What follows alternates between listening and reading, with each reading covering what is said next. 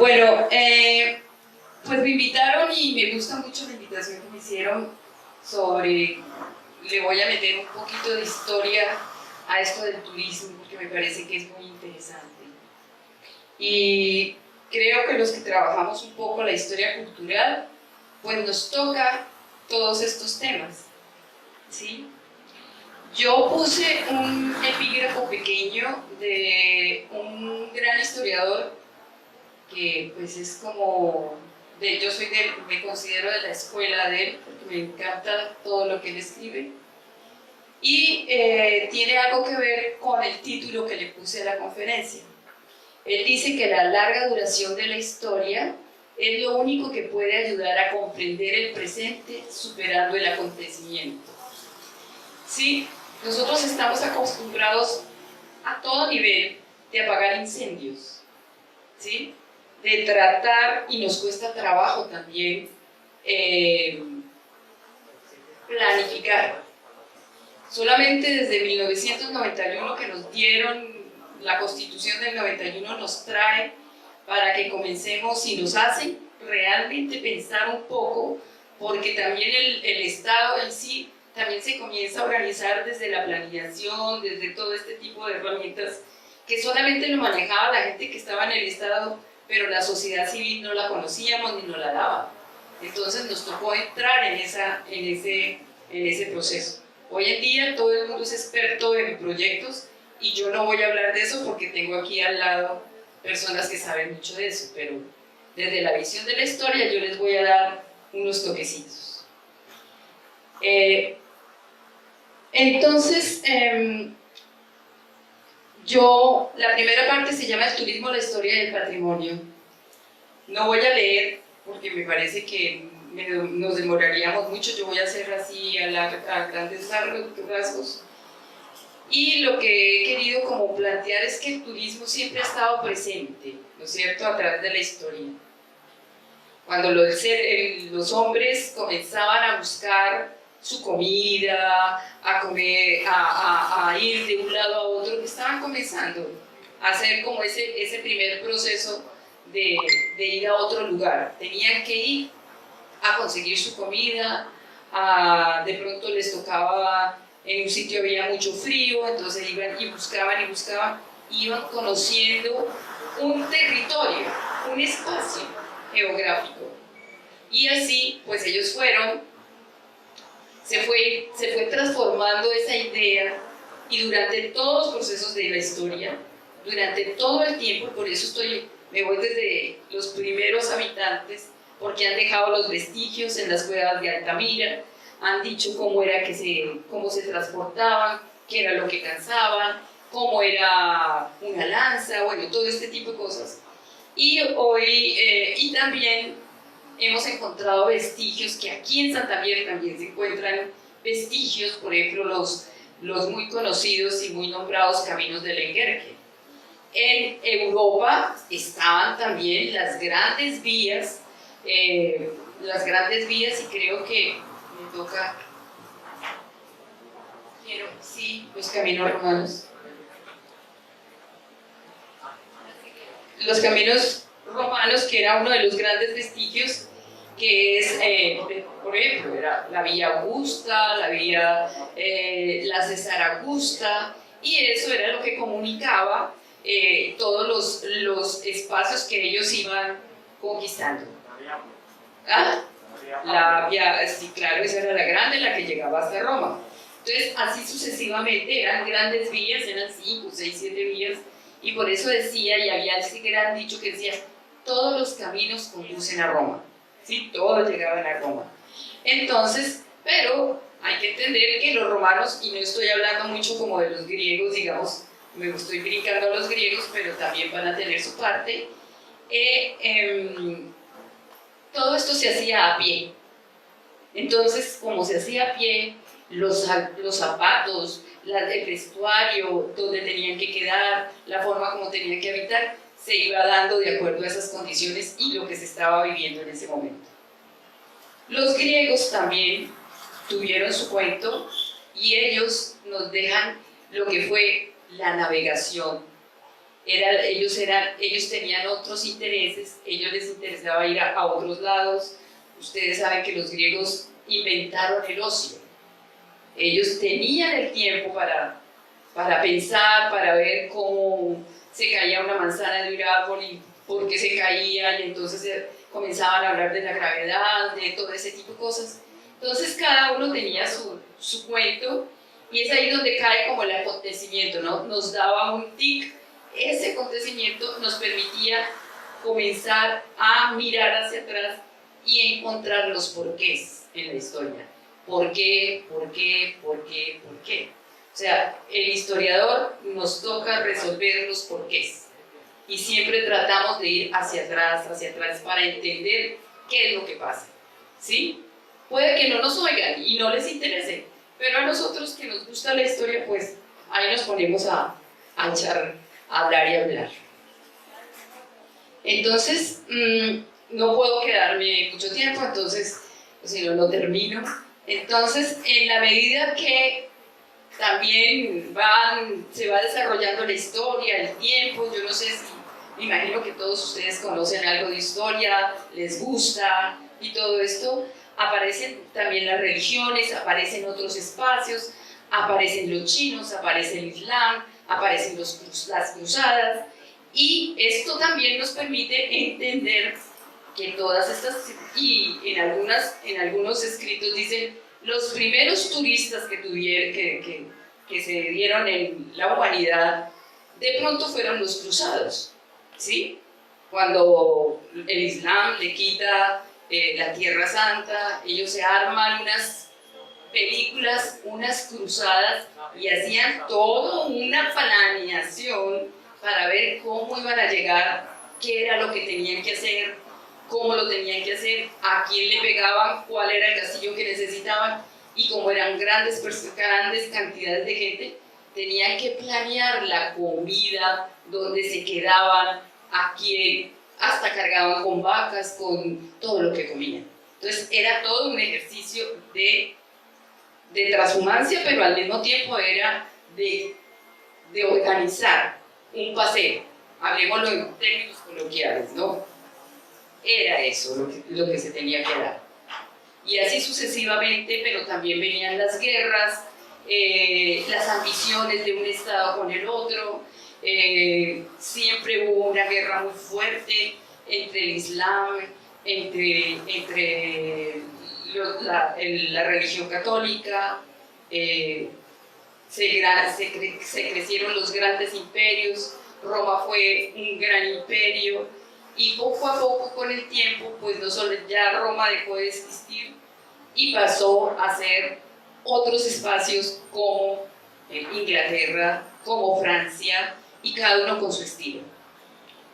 En Inglaterra, voy a saltar hacia más o menos el siglo XIX, y así sucesivamente, a partir de la observación, a partir de la planificación, a partir de todos los procesos de desarrollo que se daban en estos territorios, también comenzó a aparecer otros inventos, y uno de los grandes inventos fue el vapor, la máquina de vapor, ¿sí? Un señor, James Watt, se inventa la máquina de vapor, y por ende aparece el tren, aparece el barco y aparece hasta el avión, ¿sí? Y se va desarrollando poco a poco todo esto que tiene que ver con lo que hoy tenemos para hacer turismo. Y en América, porque no podemos quedar por fuera, llega la colonización, la colonia. Estos personajes, que un loquito por allá que se llamaba Vasco de Gama, salió a pasear, ¿sí?, en un barco, y de pronto llegó a este territorio y llega a España y les dice, mire, por allá hay otras tierras y parece que son muy buenas. Eso era el chisme que llevaban, y los españoles que tenían esa ambición de conquistar, porque en España en ese momento había un problema de tierra, sobre todo de maderas. Ellos no tenían todavía no aparecía el gas, todavía no habían descubierto el petróleo, Entonces, imagínense que todavía les tocaba tener madera, cortar los árboles se les acababa en Europa y se vinieron hacia acá. Acá no venían, el primero no venía a buscar oro, nada de eso. Esos no tenían ni idea que aquí había oro. Venían por madera.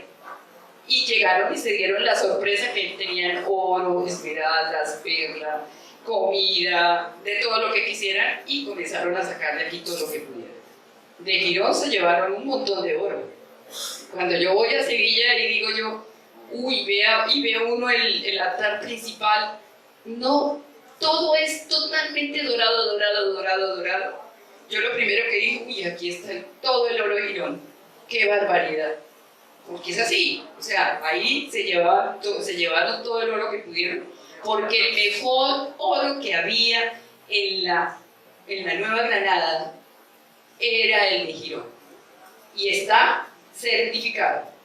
Tenía el quilate, decía que era 23, algo así, 23, que era el máximo, y que ahí no estoy inventando, no es historia inventada, es historia escrita, ¿sí? Los historiadores nos toca decir cosas que estén escritas porque si no se llama especulación y no podemos caer en eso. Aquí vemos pues, una de las cosas bonitas era que también fue algo que nos trajo y que aparece y que tiene que ver con el turismo, los viajeros. Los viajeros eran así como fueron conquistadores en el siglo XVIII, XVII, eran los viajeros europeos, los ingleses, los franceses, y ellos venían, miraban y llevaban el chisme a sus reyes, a todos, y traían más gente, y llegaba más gente, y llegaba más gente. Al comienzo llegaban solos, y cuando ya llegaban aquí y miraban, se traían la esposa, toda la familia, toda la parentela, y nos llenamos de extranjeros. No nos asustemos, hoy en día es igual, ¿sí? Esto está lleno de extranjeros, y por algo nosotros en la Nueva Granada, que es algo muy singular, la Nueva Granada es Colombia hoy en día, nos encantaban los extranjeros, y aquí les hacíamos bien a los extranjeros, ¿sí? Es algo diferente lo que sucede en Tailandia. En Tailandia es muy importante el hombre extranjero, a la mujer extranjera no la quieren para nada, ¿sí? Mi hija vivió allá 8 años y no quieren a las mujeres extranjeras, quieren a los hombres, porque los hombres se casan con una chica tailandesa y los sube de estatus, pero además si se casan con el extranjero, ese extranjero tiene que sostener toda la familia, hasta la abuelita. Hágame el favor el negocio tan terrible.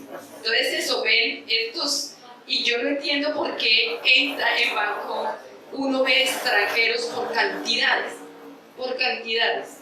todos con su tailandesita, y yo digo, uy, esto está sosteniendo por lo menos a 20, ¿sí? Deben tener mucha plata, ¿sí? Pero esas son las costumbres y lo que uno alcanza a entender lo que estaba pasando. Cada cultura es un poco diferente. Entonces, aquí, otro hito que es muy interesante y desde el turismo, es que en el siglo XVII también se comenzó a mirar con la ilustración, ¿sí? Ustedes saben que Francia también entra en su hacer espectáculo, y ellos comienzan, y en Inglaterra, las dos, con el cuento de la ilustración, de que la educación era lo más interesante, el hombre muy bien educado. Entonces a la gente joven, a los muchachos, los mandaban a pasear y se llamaba el Gran Tour. Ahí comienza la famosa palabra tour. Era un viaje para educarse, para estudiar. Entonces hacían grandes, no era solamente hoy en día que hacen los grandes tours. En el siglo XVII, siglo XVIII ya salían los gente joven y los mandaban a los palacios, a los museos, a las escuelas, a las universidades, para que estudiaran y se instruyeran. Y eso fue muy importante. No sé.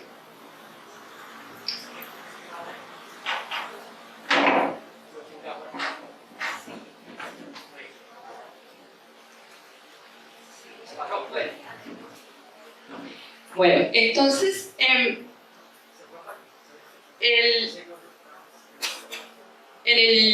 el siglo ya, hoy estamos en el, creo que ha ido, que ya.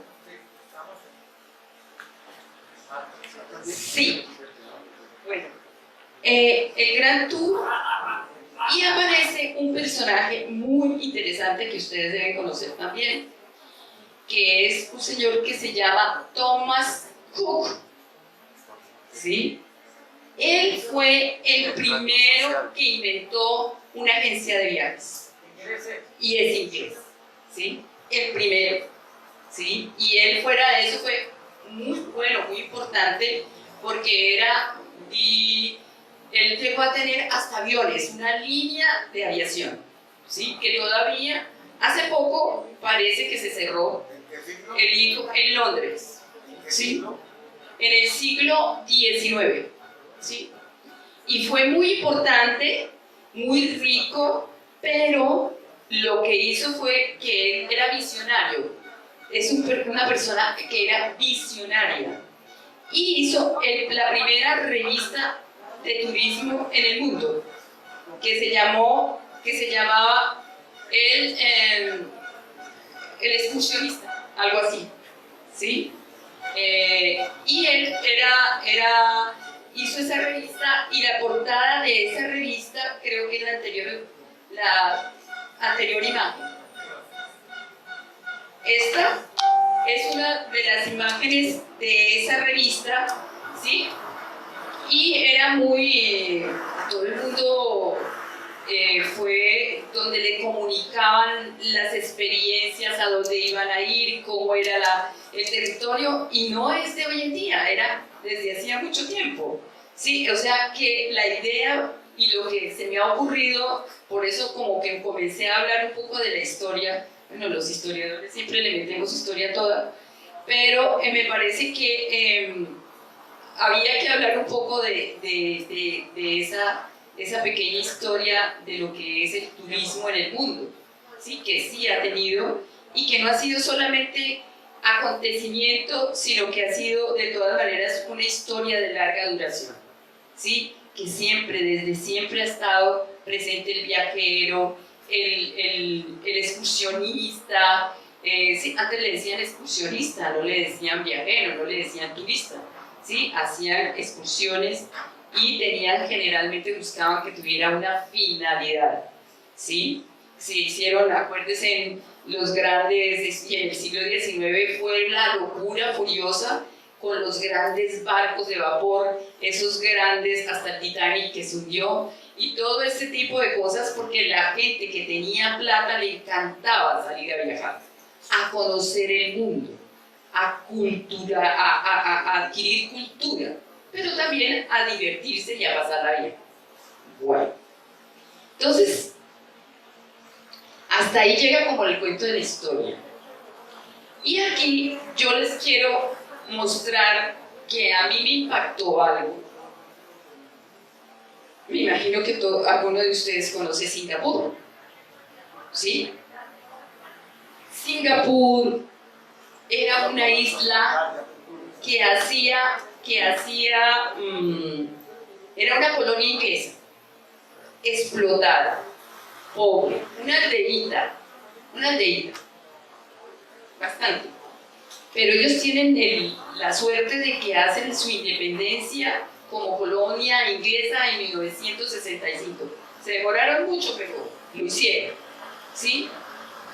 Y después de que era una aldea infeliz, pobre, ¿sí? Es peor tener que decir así, infeliz, pero era pobre, los trataban mal, sí, algo que era muy complejo, y era el maltrato que los ingleses le daban en sus colonias.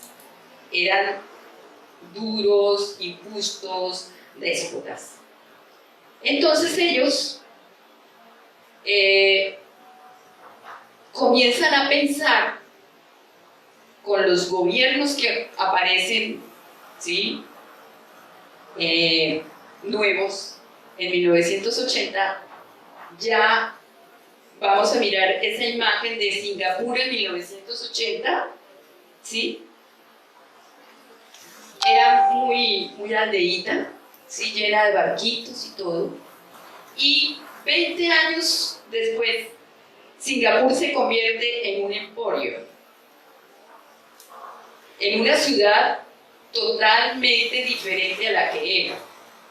Siempre había competido con Bangkok, porque Bangkok era la capital comercial del Asia Menor, o sea, de la península de Indochina. Pero es que ellos tienen dos vecinos. El vecino es China, que es una potencia muy grande, además de económica y todo lo que tiene de gente. Es muchísima gente la que hay en China. Y Tailandia, también cuando hizo su pequeña revolución, digamos, porque es que los ingleses eran el dolor de cabeza que tenía toda Indochina, ¿sí? Entonces logró también comenzar a avanzar y llegó a ser la capital económica de toda esa región. Tailandia le compraba al Vietnam. Vietnam, cuando hizo su revolución también, ellos se convertían en que ellos copiaban absolutamente todo.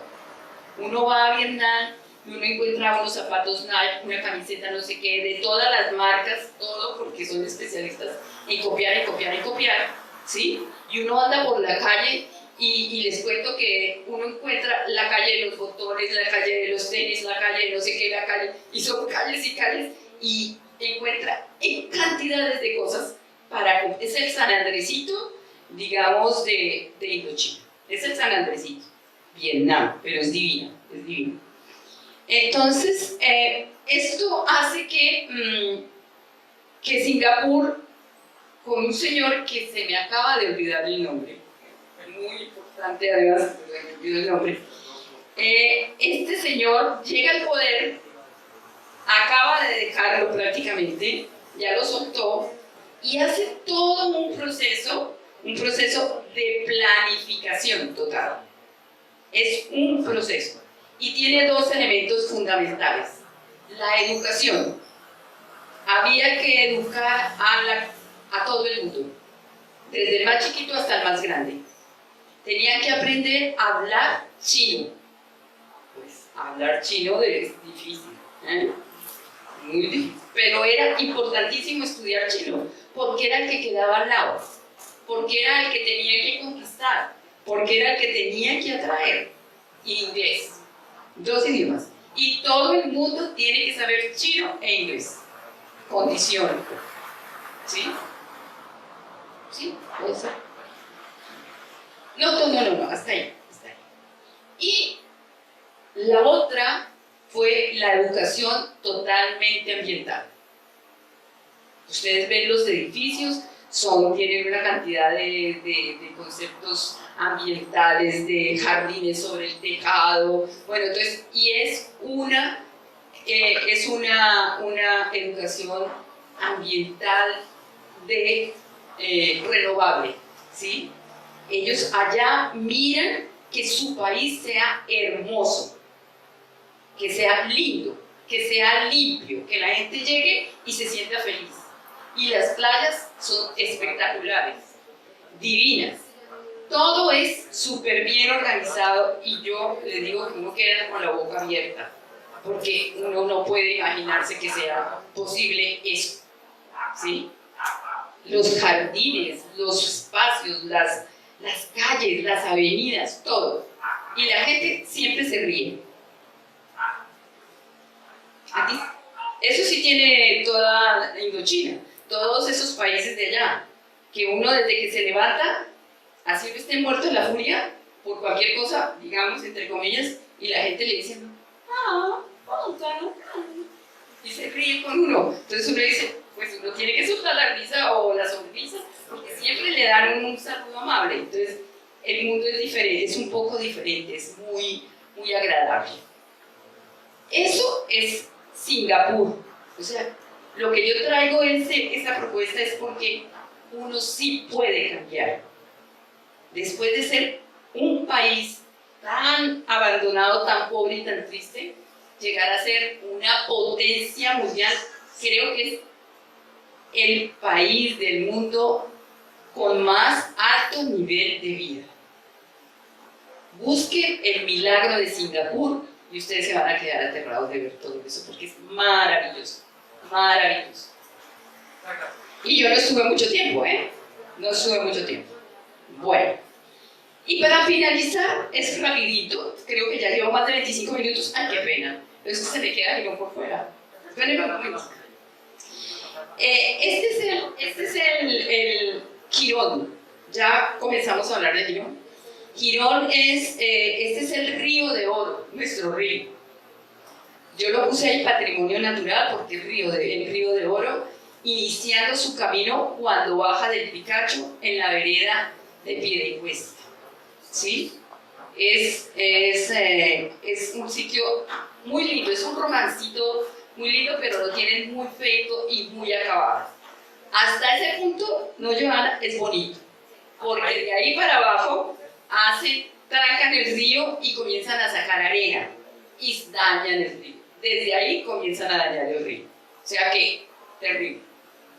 Bueno, entonces, acá quiero es como entrar en hablar, yo porque hablo un poquito de la planeación, que no sé planear, que no sé de planeación estratégica y esas cosas, sino que aquí están todos los expertos con todo el respeto que se merecen ustedes, pero yo mirando un poquito desde la gestión cultural, que es lo que yo manejo, yo entiendo que todos podemos planear, ¿sí?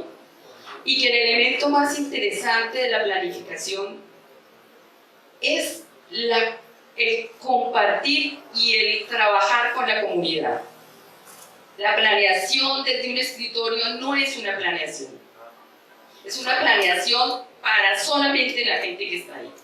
Si no tiene carne, o sea, si no tiene la gente, no funciona, porque la gente tiene que tener sentido de pertenencia a lo que ellos hacen.